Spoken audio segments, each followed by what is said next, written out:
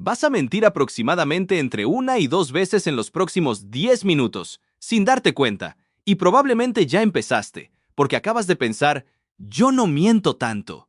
Sí, tú. Y no, no es un ataque personal, es ciencia. Los estudios sobre comportamiento humano muestran que el ser humano promedio miente varias veces al día, muchas de ellas tan pequeñas que ni siquiera las registramos como mentiras. Estoy bien. Me encanta tu regalo. Ya casi llego.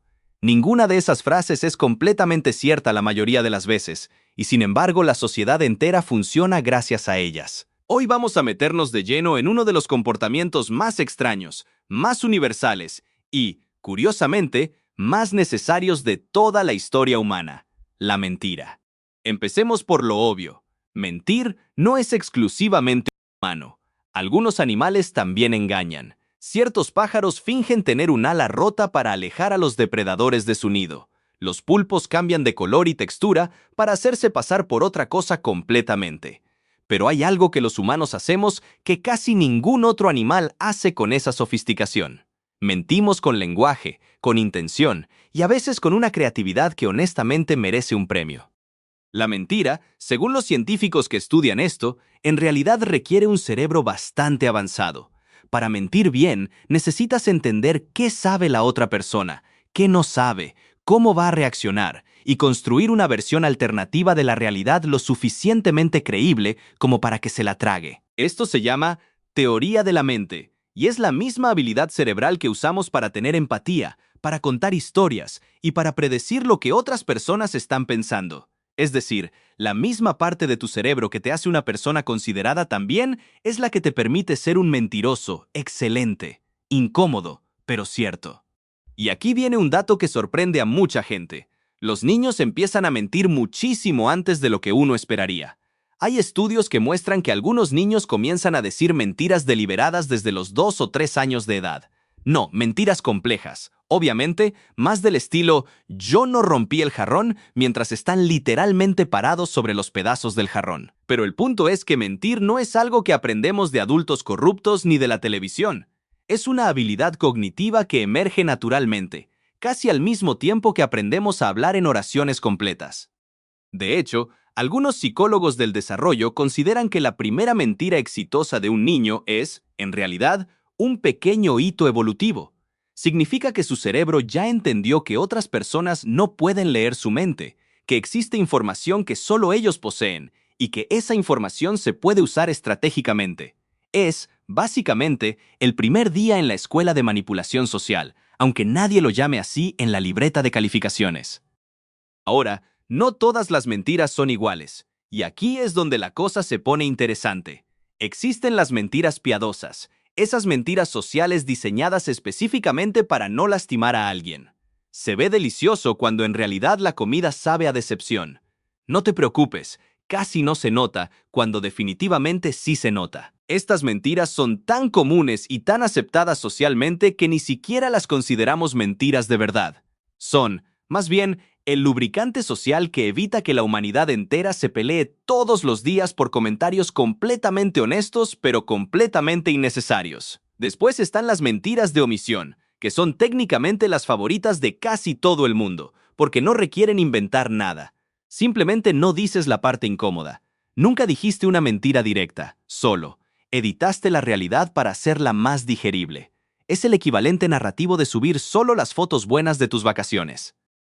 Luego, por supuesto, están las mentiras grandes, las que sí importan, las que rompen confianza, relaciones, carreras y en algunos casos países enteros.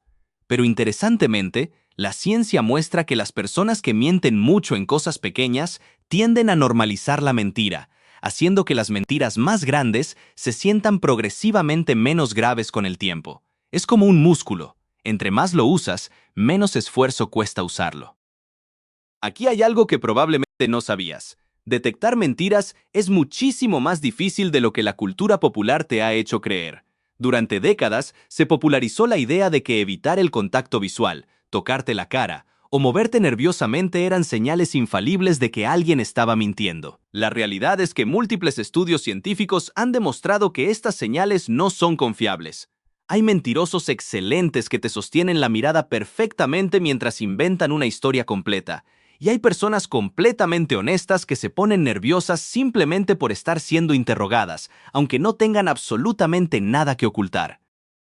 De hecho, estudios donde se compara a detectores de mentiras profesionales, como oficiales de policía entrenados, contra personas comunes, muestran que ambos grupos aciertan apenas un poco mejor que si estuvieran adivinando al azar lanzando una moneda. Es decir, ese detector de mentiras humano en el que todos confiamos tanto es, en el mejor de los casos, ligeramente mejor que pura suerte. Entonces, si no podemos confiar en el lenguaje corporal, ¿qué sí funciona? Curiosamente, los estudios sugieren que prestar atención al contenido de lo que alguien dice, más que a cómo lo dice, es mucho más efectivo. Los mentirosos tienden a dar detalles menos específicos, tienen más dificultad para responder preguntas inesperadas sobre su historia, y a veces, sin darse cuenta, cuentan la misma historia de formas ligeramente diferentes cada vez.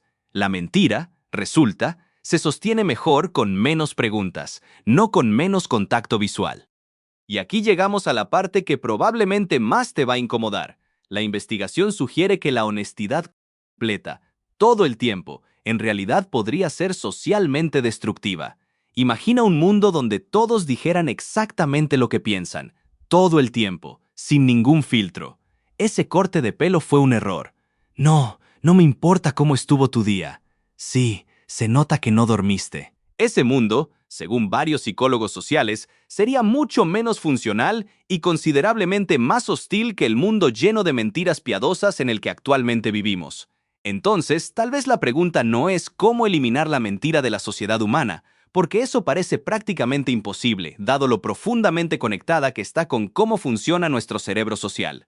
Tal vez la pregunta más interesante es ¿por qué evolucionamos para necesitarla tanto? La respuesta, al parecer, es que la mentira y la cooperación humana están más conectadas de lo que parece.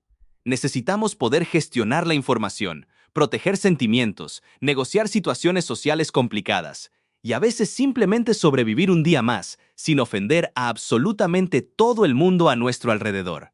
La mentira, en dosis controladas, no es lo opuesto a la civilización. Es, sorprendentemente, una de las herramientas que la hizo posible. Así que la próxima vez que le digas a alguien que su comida está deliciosa, que te encantó su regalo o que definitivamente ya casi llegas, recuerda, no estás siendo una mala persona. Estás participando en uno de los comportamientos más antiguos, más complejos y más profundamente humanos que existen. Solo trata, por favor, de que la próxima mentira sea sobre algo que realmente no importe. El fin.